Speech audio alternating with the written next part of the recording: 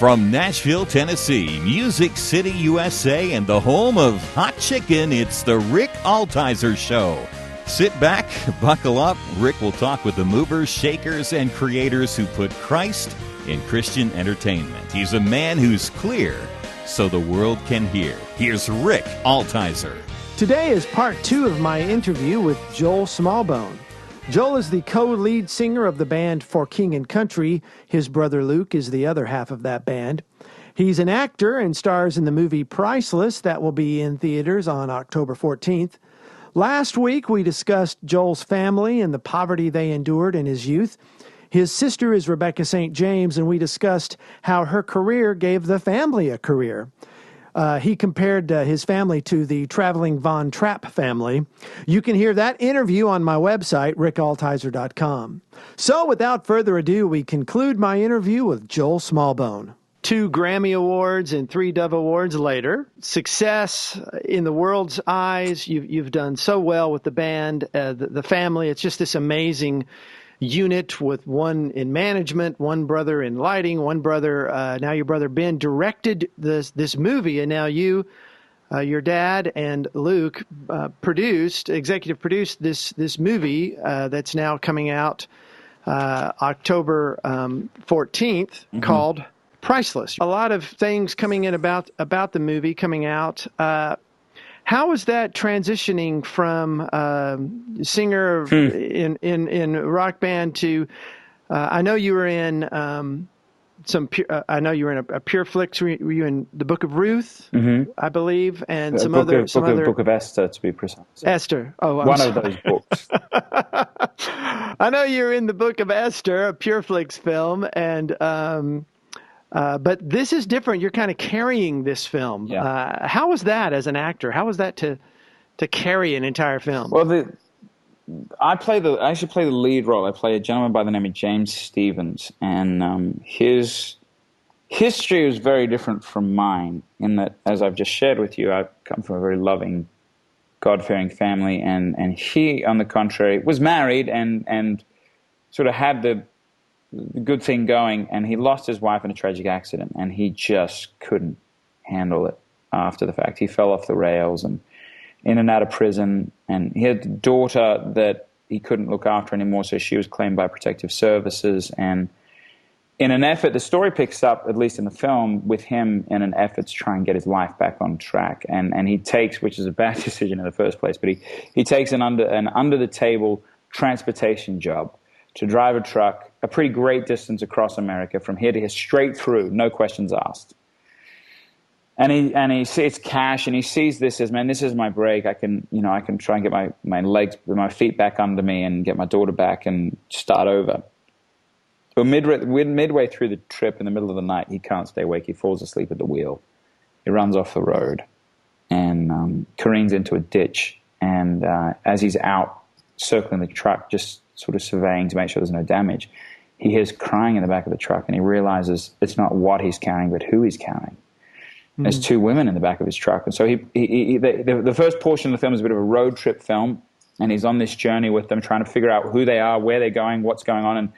And they share that they're going to be a maid and a waitress, and so from his vantage point, he's like, well, we'll carry on. So he drops them off, and he realizes once he's gotten to the drop-off point that he's sold them into slavery. And not before that, even on the road trip, he started really seeing this kind of beautiful strength and dignity in the elder of the 2 girls, their sisters, and was really drawn to that, even in this sort of dire situation. And so they're taken, and he is left now with this. He's lost his daughter, he's lost his wife, and now he's lost these 2 girls. And what's he going to do? And he's sort of unpacking that, and he becomes a bit of a vigilante. He sort of begins to fall in love with this young lady, and is in some ways saving them, attempting to save them physically, while this woman, this sister, the young lady that he was transporting, is in some ways saving him mentally or even spiritually. So it's a very dynamic story. It's a very gritty story. It's sort of this love story, drama, thriller. And it was it was interesting for me to play the character because he's so different. Again, he's so different from my life journey. But that's also what made it almost easier, because it wasn't, I had to go to a whole new place. The most jarring thing, though, there was two things. One was we wanted to put the story in America, and we wanted James to be an American. So I had to lose this wonky accent that I have. And and so we had a great dialect coach who worked with me. Steve Corona is his name. He's worked with Helen Mirren and Gerard Butler, some great international actors, and he came on the road with us with the band for about a week and really drilled me, and then was on set the whole time as well. And the other difficulty for me was we would film for just under a month, and we'd film 5 days a week, 12-hour days. And then during the weekend, I would have for King and Country performances because they were already pre-booked before we set up the film schedule. And so, Rick, I would do the filming, and then I would get on like a red-eye flight, and I would fly out. So not only was there sort of sleep deprivation in there somewhere, but there was also just this me having to make this jarring transition on every level between this character and his story and his accent even, and back to me and my story and my accent and the band and the music. And that was kind of a real back and forth for me. And but I will say this: I feel like, obviously, I've been very involved with the film on a lot of levels, as has the band, and I just think there is it's a great story, and it was very well told, and that was part of the reason we wanted to turn it into a book too, is we really wanted to elaborate on this great story, which I believe is available now. Now you can get that book at wherever books are sold, but there's part of the reason we wanted to share this is because of really turning the lens in America on the dynamic of family and relationships. You're listening to the Rick Altizer Show on Bot Radio 89.1 FM, 1160 AM, Nashville. Awesome. I'm enjoying this. So am I, man. I enjoy having a bit more time to actually really get into the meat of this. Yeah. So I'm on with singer, songwriter, musician, and now actor Joel Smallbone. And Joel, have you noticed similarities between making albums, creating records, producing records, and doing movies? Are you seeing that they're the similar skill set? Yes and no. I mean, the nature of it, the storytelling. They're trying to come at it from a real vantage point, a connected, emotional vantage point. Those sort of like higher, bigger goals and themes, yes. But when you drop down into it, the reality of the length of a film, 45 minutes or so, and it being audio only, and the length of a record, a musical record being 45 minutes. And being audio only, and then the length of a film being easily twice that, sometimes 3 times that, and it being visual and audio and layers of audio, and you're dealing with, I think we had 77 people on set, and you have like everything is just so much more intense, and the money that you're dealing with is so everything just becomes this monstrosity, and it really I'm actually really excited to make our third record as a band, because it sort of makes it look like not a walk in the park, but it really puts it in perspective. Yes. About how much simpler the process is to make a record. And the pressure. Yeah. This better be good, because it cost a whole bunch of money to make. Yeah, no doubt. Do you feel that? Do you feel the pressure? I actually don't. I have at different points. And maybe I should more, but I feel a real peace about it. I feel a real like, hey, we're going to lean in, and we're going to do everything we can, and we're going to create awareness for this, and then we're going to sort of open our hands and leave the rest up to God, That's awesome that you can do that, because there's so much involved in getting a movie in theaters, and so much money just to put it on a theater screen costs. Yeah. Thousands of dollars just to get it just to show it. You haven't even marketed it yet. Yeah. It's, you're millions in. Are you concerned about, because, your visibility as a part of For King and Country is at one level, but now you're part of this whole movie. There's a marketing campaign behind it. Your face is front and center. Do you have concern about the visibility of this and your anonymity? My mum does, but that's a mum's job. Not worry is not the right word. It's just she's really been like, hey, she has a real. She's always been a real great voice of reason and encouraging this process, but got a real great sense of things, and she's had a couple conversations with me about, hey, you and Mariah and your family, you need to be prepared for what could happen here. She feels strongly that it's going to be a great success, and it's funny because one of the things we often do very well is prepare for failure. How am I going to handle it if it doesn't work? And what am I going to do if it doesn't work? And backup plans and all the rest of it. And the other thing, on the contrary, the thing that we often don't do very well is plan for success. And success, my friend, in my experience at least, is the thing that can really destroy us. Failure, it's hard, and you struggle through it, and you wrestle through it. But most of the time, what failure does is it drives you closer to those you love. It drives you deeper, often if you allow it towards God.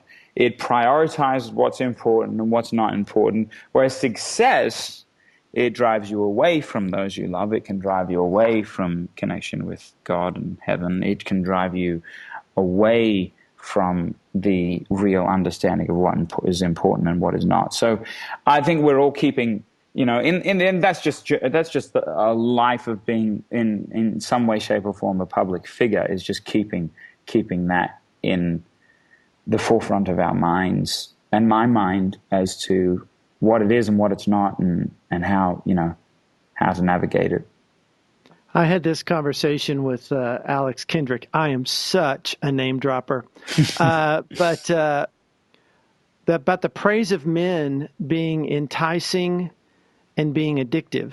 And that Solomon started out with wisdom, but he got the praise of, he started out right. I want wisdom. Yeah. And then towards the end of his life, he's writing Ecclesiastes. This is all vanity. This is all empty. This is nothing. Yeah. This is all worthless. And, my theory was it was the praise of men. He builds his home was much, much more elaborate than the temple was.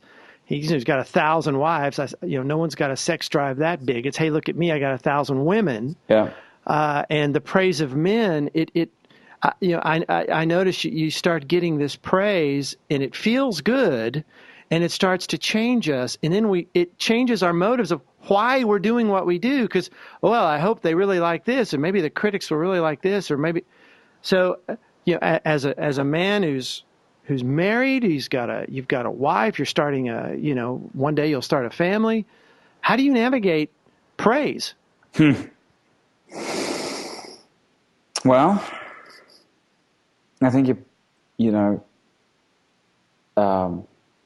first of all, you keep your family close and God closer, I suppose, simply said, because they're always that's awesome. That's it, man. Tend to sort of tell you the lay of the land very well, but also I think you understand that this praise, as you call it, or this encouragement, is encouragement, and it's good, and there's nothing inherently wrong with it. Hey, you have done a good work, well done. You have used this gifting well, good work. Great. Let's not get this wrong. That's okay, and that's good, and that's reasonable. This idea of this self-loathing, deprecative, oh, good job, man. No, man, I'm nothing. No. You are under God. You are a creative individual. You were given gifts. You were given abilities to do great things, and recognize that. Recognize where it comes from and where it's going and what it's for. but recognize that, hey, this is you can take a sense of pride and ownership in the truest sense of the words, but it's where it ends. Does it end there? Does it end at that just like, good, I'm so glad? Or does it carry on into, man, I'm like God's greatest gift to the earth, and gee whiz, look at what where does it end? And I think that's the catch, is where you catch it under God, where you just say, all right, good, thank you, and I'm going to move on. And take it. When you mentioned the Grammy Awards and the Dove Awards, it's the same thing. It's a lump of metal in the end, but you say, this is wonderful, this is great, this can help sort of in some way extend the story and create new ones, and then you leave it. Something tells me the purpose behind what your childhood was, that there was this shaping and molding for Rebecca, for you, for Luke, that there's an understanding. It's kind of been put in perspective, and praise of men feels good, and some people get caught up in it, and it really messes them up. And I think that the way you said it, God first, then family, you really have a good understanding of that. And I think that's a real strength. And even in what you'd go, wow, what a terrible ordeal you went through, I see God's sovereign hand in that, and that he's preparing you for success, for lack of a better word, fame, because it's been put in perspective for you, and it doesn't hold for you what it might hold for some other people. Does that resonate with you? Yeah, it does. Well, it's very, very kind of you to say. Very kind of you to say, Rick. Thank you. You're listening to the Rick Altizer Show on Bot Radio, 89.1 FM, 1160 AM, Nashville. And now back to my interview with singer and actor Joel Smallbone. Well, thank you so much, Joel, for being on the show and kind of going a little deeper. That's what we do here. We kind of get into the. Oh, I love it. I love it. We go a little deeper than other interviews, but. I want to just remind my listeners that the movie Priceless is going to be in theaters October 14th. The book Priceless is available now, and you can get more information on a theater near you or get a chance to look at the trailer at going to pricelessthemovie.com. And if you want to find out about the band For King and Country, and they've got a huge fall tour coming up, you can go to forkingandcountry.com, and that's all spelled out. Is that correct? That's correct. You have got it, my friend. All right. Well, any final words before we say goodbye? No, man. Just look, thank you, Rick. Thank you for the time, and listeners, thank you for tuning in. And look, I'll say this in closing. The reason we do what we do as musicians, the reason we do what we do in this film, is because we do believe the arts has a great way to bypass the head and go straight to the heart and impact culture in a radical way, for better or for worse. And our hope in this film and in these songs is to write and present themes of truth and stories of truth that are culturally relevant and that can point us towards heaven. And so I encourage us to, not only with this film, but with films like it and music like it, to really rally around these causes and to build each other up and support these things, because I think there is an opportunity. We have lost somewhere along the way in God-centered art. We have lost the edge. And if you look throughout history, through the Renaissance, through these great artists, were on the front lines, assisting chapels, these incredible pieces of art and music and drama. And I believe in our generation we can reclaim that right as the forerunners in the arts. Amazing. Well, thank you so much, Joel. That's pricelessthemovie.com. Go check it out. And Joel, God bless. Thanks for being on the show. I appreciate it, Rick. Well, I hope we cross paths in town here. We're close enough where we should. You guys remind me of my favorite Christian band down here. You ever heard of those guys? I like those guys. The Canadians. Yeah, Mark Martell's a friend of mine. I've done a lot of work with him, and your voice and his it just kind of reminds me the way you guys, the two singers, and just I don't know. Yeah, yeah. I'm probably the only guy who's ever told you I that. love it. No, it's a good compliment. They're good guy. He's an amazing singer. He is. Truly is. He's so good. So I would love to be compared to him one day. So that was pretty good right there. Thank you. I actually wrote a song for your sister called Gold Coast. Man, way back in the day. I loved that song. You knew it. Oh, it's amazing. On yeah. the Gold Coast, go. Yeah, I wrote that, and I actually got a co-production credit with Ted on that. Get out of here, man. Yeah, I played all the instruments on it, and then he went ahead and put a new drummer and a new bass player on it. But he kept my guitars. Let's say that's something. No, I know that song. I could sing you that whole chorus right now. Oh, that's amazing. That's amazing. I loved that song. I thought it was a great moment for her. Well, I'm a fan then. I'm a fan of your writing. That makes my heart happy, man. That was so much fun writing that for her. All right, man. Well, hey, enjoy your day. God bless. God bless you too. Cheers. Thank you. Okay, so one of the fun things of having your own radio show is you get to do whatever you want to do. And so I can't let this show end without actually playing you guys this song, Gold Coast, that I wrote for Rebecca St. James and Joel's sister. And so this is my version of the song. This is with me on all the instruments. Co-written with Dwight Lyles, Steve Seiler, and Scott Crepane. And this is Gold Coast off my third album, Go Nova. And just for fun, I'm letting you hear it.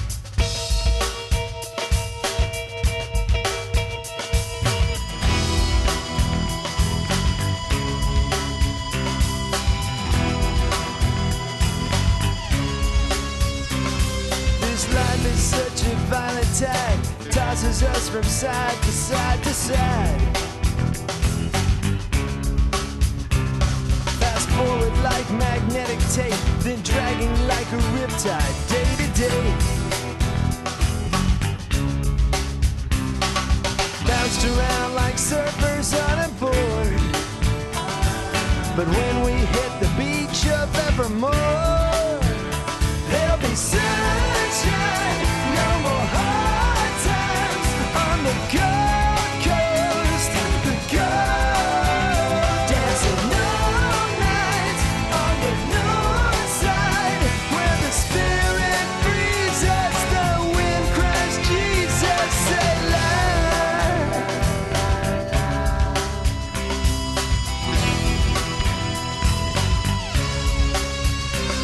The setting sun, the Southern Cross, the crimson moon, the limbo of the lost. The breaking waves of saving grace against the shining shore where angels play. We'll light a candle in the sacred sand and celebrate the luau of the Lamb. There'll be sunshine, no more hard times on the Gold Coast. The Gold, dancing all night on the north side, where the spirit breathes us, the wind cries Jesus, say